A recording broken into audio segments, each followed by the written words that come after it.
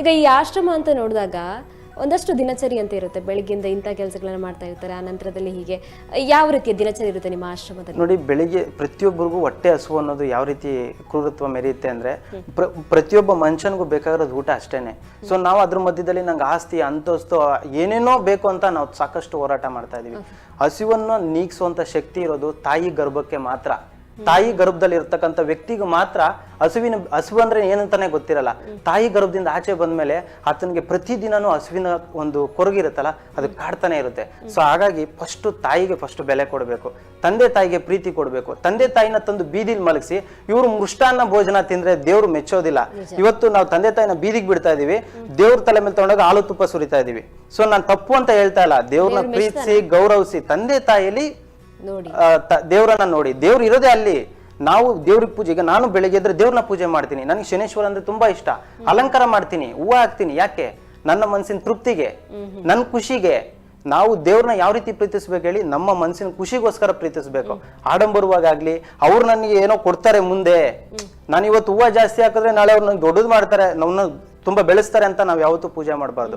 ನನಗೆ ಇವತ್ತು ಊಟ ಕೊಡ್ತಾ ಇದ್ದೀರಾ, ಆ ಒಂದು ಪ್ರೀತಿ, ಆ ಒಂದು ಭಕ್ತಿ, ಆ ದೇವ್ರಿಗೆ ಏನ್ ತೋರಿಸ್ತಾ ಇದೀವಿ ಅದನ್ನ ತಾಯಿಗೂ ತೋರಿಸ್ಬೇಕು, ತಂದೆಗೂ ತೋರಿಸ್ಬೇಕು. ಇವತ್ತು ತಂದೆ ತಾಯಿನ ಬೀದಿಗೆ ಬಿಸಾಡ್ತಾರೆ, ಆದ್ರೆ ದೇವ್ರು ಕೊಡೋ ಪ್ರಸಾದನ ಕಣ್ಣು ಹೊತ್ಕೊಂಡು ತಿಂತಾರೆ ಅಲ್ವಾ? ಸೊ ದೇವ್ರೇ ಕೊಟ್ಟಿರೋ ಪ್ರಸಾದ ತಂದೆ ತಾಯಿ, ಅವ್ರನ್ನ ಬೀದಿಗೆ ಬಿಸಾಕ್ತಾರೆ. ದೇವಸ್ಥಾನದಲ್ಲಿ ಕೊಡೋ ಪ್ರಸಾದನ ಕಣ್ಗೊತ್ಕೊಂಡ್ ತಿಂತಾರೆ. ಸೊ ಇದು ಯಾವ ತರ ನ್ಯಾಯ ಅಂತ ನನ್ಗಂತೂ ಅರ್ಥ ಆಗಿಲ್ಲ. ಸೊ ನಾನು ಇರೋವರ್ಗು ಹೇಳೋದಿಷ್ಟೇ, ಪ್ರತಿಯೊಬ್ರು ಯಾರ್ಯಾರು ಈ ವಿಡಿಯೋ ನೋಡ್ತಾರೆ ಅವ್ರು ನಮ್ಗೆ ಸಪೋರ್ಟ್ ಮಾಡಿಲ್ಲ ಅಂದ್ರು ಮಾಡಿದ್ರು ನಂಗೆ ಏನೂ ಬೇಜಾರಿಲ್ಲ. ಬಟ್ ತಂದೆ ತಾಯಿ ಗೌರವ ಕೊಡಿ, ತಂದೆ ತಾಯಿನ ಪ್ರೀತಿಸಿ. ಅದಕ್ಕಿಂತ ದೊಡ್ಡ ಭಾಗ್ಯ ಮತ್ತೊಂದಿಲ್ಲ. ನೀವು ಯಾವ ದೇವಸ್ಥಾನ, ಯಾವ ಪುಣ್ಯಕ್ಷೇತ್ರ ಎಲ್ಲೂ ಹೋಗೋ ಅವಶ್ಯಕತೆ ಇಲ್ಲ. ಬೆಳಗ್ಗೆದ್ದು ಅವ್ರ ಕಾಲಿಗೆ ನಮಸ್ಕಾರ ಮಾಡಿ ನೀವು ಕೆಲಸ ಮಾಡಿ. ನೀವು ಸಕ್ಸಸ್ ಆಗಿಲ್ಲ ಅಂದ್ರೆ ನನ್ನ ಹೆಸರು ಯೋಗೇಶ್ ಅಂತಾನೆ ಕರಿಬೇಡಿ. ಈಗ ಊಟ ತಿಂಡಿಯ ಹಸಿವು ಅನ್ನೋದು ಬೇರೆ, ಮತ್ತೊಂದು ಮಾನಸಿಕ ನೋವು ಹಸಿವು ಅನ್ನೋದು ಬೇರೆ. ಈಗ ನಿಮ್ಮಲ್ಲಿ ಬಂದಾದ್ಮೇಲೆ ಅವ್ರಿಗೇನಾದ್ರು ಮನಸ್ಸಿನ ಕೊರಗು, ತಮ್ಮ ಹಿಂದಿನ ಜೀವನದ ಬಗ್ಗೆ ಏನಾದ್ರು ಹೇಳ್ಕೊಂಡು ನಿಮ್ ಜೊತೆ ತುಂಬಾ ಅಳ್ತಾರೆ, ತುಂಬಾ ಕಾಡುತ್ತೆ. ಯಾಕಂತ ಹೇಳಿದ್ರೆ ಪ್ರತಿಯೊಬ್ರು ನಮ್ಮ ಆಶ್ರಮದಲ್ಲಿ ಇರ್ತಕ್ಕಂಥವ್ರು ಯಾರಾದ್ರೂ ವಿಸಿಟರ್ಸ್ ಅಂದ್ರೆ ಯಾರಾದ್ರೂ ಅವ್ರು ಬರ್ತ್ಡೇ ಸೆಲೆಬ್ರೇಷನ್, ಯಾರಾದ್ರೂ ಏನಾದ್ರು ತಗೊಂಡ್ ಬಂದಾಗ ನನ್ ಮಗ ಬಂದ, ನನ್ ದೊಡ್ಡಪ್ಪ ಬಂದ್ರ, ನನ್ ಚಿಕ್ಕಪ್ಪ ಬಂದ್ರ ಅನ್ನೋ ಭಾವನೆಲೇ ನೋಡ್ತಾರೆ. ಸೊ ಎಲ್ಲೋ ಒಂದ್ ಕಡೆ ನಮ್ಮ ಆಶ್ರಮದಲ್ಲಿ ಇರ್ತಕ್ಕಂಥವ್ರು ಯಾರೋ ಒಬ್ರು ಗುರ್ತಿ ನಮ್ಮ ತಂದೆಯವರು ಇವರು ನಾನು ಕರ್ಕೊಂಡು ಹೋಗ್ತೀನಿ ಅಂದ್ರೆ ನಾವು ಕಳಿಸ್ಕೊಡ್ತೀವಿ. ಸೊ ಆ ಕಳಿಸ್ಕೊಡೋ ಟೈಮಲ್ಲಿ ಇಷ್ಟು ಜನನು ಊಟ ಬಿಟ್ಬಿಡ್ತಾರೆ. ಅವ್ರನ್ನ ಬಂದು ಕರ್ಕೊಂಡೋದ್ರು, ನನ್ನನ್ನು ಕರ್ಕೊಂಡು ಹೋಗಕ್ಕೆ ಯಾರು ಬರ್ತಾ ಇಲ್ಲ. ಇವತ್ತು ಎಷ್ಟೋ ಜನ ನಾನು ನೋಡ್ತಾ ಇದ್ದೀನಿ, ತಂದೆ ತಾಯಿಗೆ ಮಕ್ಕಳೆಲ್ಲ ಚೆನ್ನಾಗಿರ್ತಾರೆ. ಇವತ್ತು ನಮ್ಮ ಆಶ್ರಮದಲ್ಲಿ ಇರ್ತಕ್ಕಂಥ ಎಷ್ಟೋ ಜನ ತಾಯಿಯಂದ್ರು ಅಪ್ಪಂದ್ರಿಗೆ ಮಕ್ಕಳು ಚೆನ್ನಾಗಿದ್ದಾರೆ, ಎಲ್ಲ ಕೆಲ್ಸದಲ್ಲಿ ಇರ್ತಾರೆ. ಒಬ್ಬ ಗಾರೆ ಕೆಲಸ ಮಾಡೋ ಮಗ ಗಾರೆ ಕೆಲಸ ಮಾಡ್ತಾರಲ್ಲ, ಅವ್ರ ಮಗ ತಂದೆ ತಾಯಿನ ಬೀದಿಗೆ ತೆಳ್ತಾ ಇಲ್ಲ. ಎಜುಕೇಟೆಡ್ಸ್, ಓದಿರೋರು, ದುಡ್ಡಿರೋರೇ ತಂದೆ ತಾಯಿನ ಬೀದಿಗೆ ಬಿಡ್ತಾ ಇರೋದು. ಇದು ನಮ್ಮ ಒಂದು ದುರಂತ ಅಂತಾನೆ ಹೇಳ್ಬೋದು. ಇವತ್ತು ಕಲಿಯುಗ ಈ ಒಂದು ಮಟ್ಟಕ್ಕೆ ಕೆಟ್ಟ ರೀತಿಯಲ್ಲಿ ಬರ್ಲಿಕ್ಕೆ ಸಾಧ್ಯ ಅಂದ್ರೆ ತಂದೆ ತಾಯಿಗೆ ಯಾವತ್ತು ಬೆಲೆ ಕೊಡೋದಿಲ್ಲ, ತಂದೆ ತಾಯಿನ ಪ್ರೀತಿಯಿಂದ ನೋಡೋದಿಲ್ಲ, ಹಣಕ್ಕೆ ಯಾವತ್ತು ಪ್ರಾಮುಖ್ಯತೆ ಜಾಸ್ತಿ ಆಗುತ್ತೆ ಸಮಾಜದಲ್ಲಿ.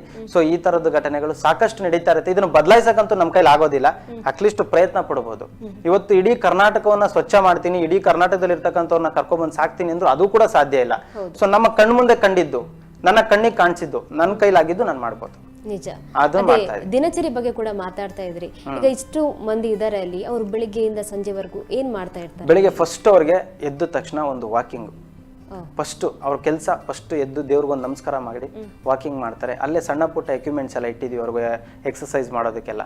ಅದಾದ್ಮೇಲೆ ಒಂದು ಒಳ್ಳೆ ಕಾಫಿ ಆದ್ಮೇಲೆ ಭಜನೆ, ಒಂದ್ 10-15 ನಿಮಿಷ ಭಜನೆ ಮಾಡ್ತಾರೆ. ಸೊ ಭಜನೆ ಆದ್ಮೇಲೆ ಎಲ್ಲ ಅವರು ಫ್ರೆಶ್ ಅಪ್ ಆಗೋರು ಆಗ್ಬೋದು. ಅದಾದ್ಮೇಲೆ ಅವ್ರಿಗೆ ಟಿಫನ್ ಆಗತ್ತೆ. ಟಿಫನ್ ಆದ್ಮೇಲೆ ಏನು ಅವ್ರಿಗೆ ನಾರ್ಮಲ್ ಆಗಿ ಏನು ಕೆಲಸ ಇರೋದಿಲ್ಲ. ಸಣ್ಣ ಪುಟ್ಟದ್ ನೋಡ್ಕೊಂಡು ಅಲ್ಲಿ ಅವರು ಟಿವಿ ನೋಡ್ಕೊಂಡು ಆಯಾಗಿ ದೇವ್ರ ಭಜನೆ ಮಾಡ್ಕೊಂಡು ದೇವ್ರ ಸೇವೆ ಮಾಡ್ಕೊಂಡು ಇದ್ರೆ ಸಾಕು, ಬೇರೆ ಏನು ಅವಶ್ಯಕತೆ ಇಲ್ಲ. ನಮ್ಮ ಆಶ್ರಮದಲ್ಲಿ ಈಗ ನೀವು ನೋಡ್ಬೋದು, ಅವ್ರಿಗೆ ಏನಾದ್ರು ಆಕ್ಟಿವಿಟಿಗೋಸ್ಕರನೇ ಪಾಪ ಅವ್ರಿಗೆ ಸುಮ್ಮನೆ ಕೂತಿರ್ಬಾರ್ದು, ಬೋರ್ ಆಗತ್ತೆ ಅಂತ ಏನಾದ್ರು ನಾನು ಅವ್ರಿಗೆ ಕೆಲಸ ಕೊಟ್ರು ನನ್ನವ್ರು ಇದ್ದೇ ಇದ್ದಾರೆ ನೋಡಿ. ಆ ವಯಸ್ಸಾಗಿರೋರ್ನ ಕರ್ಕೊಂಡ್ಬಂದು ಅವ್ರ ಹತ್ರ ದುಡಿಸ್ಕೊಂಡು ನೀನ್ ತಿಂತಾ ಇದ್ದಾನೆ ಅನ್ನೋ ತರನು ಅಂತಾರೆ. ಸೊ ಎಲ್ಲದನ್ನು ನಾವು ಪ್ರತಿಯೊಂದನ್ನು ಪ್ರೂವ್ ಮಾಡೋದಕ್ಕಾಗೋದಿಲ್ಲ. ನಾನು ಒಳ್ಳೆಯವನು ಅಂತ ನಾನೇ ಬೋರ್ಡ್ ಹಾಕೊಂಡು ಓಡಾಡಕ್ಕೂ ಆಗೋದಿಲ್ಲ. ಸೊ ಪ್ರತಿಯೊಂದು ನಮ್ಮ ಕೆಲಸ ನಾವು ಮಾಡ್ತಾ ಇರಬೇಕು, ಪ್ರತಿಫಲ ದೇವ್ರು ಕೊಡ್ತಾ ಇರ್ಬೇಕಷ್ಟೇ. ಈಗ ಅವ್ರ ಜೊತೆ ಈ ಆಕ್ಟಿವಿಟಿ ಎಲ್ಲ ಮಾಡಿಸೋದು ಯಾರು ಇದ್ದಾರೆ? ನಾನೇ ಇರ್ತೀನಿ ಮೇಡಮ್, 24/7 ನಾನೇ ಇರ್ತೀನಿ. ನನ್ನ ತಮ್ಮ ಇದ್ದಾನೆ, ನನ್ನ ತಂದೆ ತಾಯಿ ಬಗ್ಗೆ ಹೇಳ್ಬೇಕಂದ್ರೆ ತುಂಬಾ, ನನ್ನ ತಂದೆ ಎಳ್ನೀರು ವ್ಯಾಪಾರ ಮಾಡೋದು, ನನ್ನ ತಾಯಿ ಹೂ ವ್ಯಾಪಾರ ಮಾಡೋದು. ಇವಾಗಿಲ್ಲ, ಇವಾಗ ಪ್ರೆಸೆಂಟ್ ಆಶ್ರಮದ ಅಡಿಗೆ ಕೆಲಸ ಎಲ್ಲ ನಮ್ಮ ತಂದೆ ತಾಯಿನೇ ಮಾಡೋದು. ಯಾಕಂದ್ರೆ ಒಬ್ರು ಭಟ್ರಿಗೂ 15,000 ಸಂಬಳ ಕೊಡ್ಬೇಕಾಗತ್ತೆ. ಯಾರು ಸುಮ್ನೆ ಬಂದ್ ಮಾಡೋದಿಲ್ಲ ಇವತ್ತಿನ ಪರಿಸ್ಥಿತಿಗೆ. ಯಾಕಂದ್ರೆ ಅವರ ಪರಿಸ್ಥಿತಿಗಳು ಹಾಗೆ ಇರ್ತವೆ. ಹಾಗಾಗಿ ನಮ್ಮ ತಂದೆ ತಾಯಿನೇ ಅಡಿಗೆ ಕೆಲಸ ಮಾಡ್ತಾರೆ, ನನ್ನ ತಮ್ಮ ಮೇಂಟೆನೆನ್ಸ್ ನೋಡ್ಕೊಳ್ತಾನೆ, ನಾನು ಏನಿಲ್ಲ ಏನು ಬೇಕು ಎಮರ್ಜೆನ್ಸಿ ಅಥವಾ ಹಾಸ್ಪಿಟಲ್ಲು ಈ ಥರದ್ದೆಲ್ಲ ನಾನು ನೋಡ್ಕೊಳ್ತಾ ಇದ್ದೀನಿ. ಇವತ್ತು ಕರ್ನಾಟಕದಲ್ಲಿ ಸರ್ಕಾರಗಳು ಮಾಡೋಕ್ಕಾಗದಿರೋ ಕೆಲಸಗಳನ್ನ ಮಠ ಮಂದಿರಗಳು ಮಾಡ್ತಾ ಇದಾವೆ ಅಂದ್ರೆ ತಪ್ಪೇ ಇಲ್ಲ. ಯಾಕೆ ಪ್ರತಿಯೊಬ್ಬರು ಶ್ರೀ ಶಿವಕುಮಾರ ಸ್ವಾಮೀಜಿ ಅವ್ರ ಫೋಟೋನ ಪ್ರತಿಯೊಂದು ಮನೇಲಿ ಇಟ್ಕೊಳ್ಳಿ, ದೇವ್ರನ್ನ ಇಡ್ತಿರೋ ಇಲ್ಲೋ ನನಗಂತೂ ಗೊತ್ತಿಲ್ಲ, ಅವ್ರ ಫೋಟೋನ ಪ್ರತಿಯೊಂದು ಮನೇಲಿ ಇಟ್ಟರೆ ನಿಜವಾಗ್ಲೂ ನಿಮ್ಗೆ ಒಳ್ಳೇದಾಗೇ ಆಗತ್ತೆ.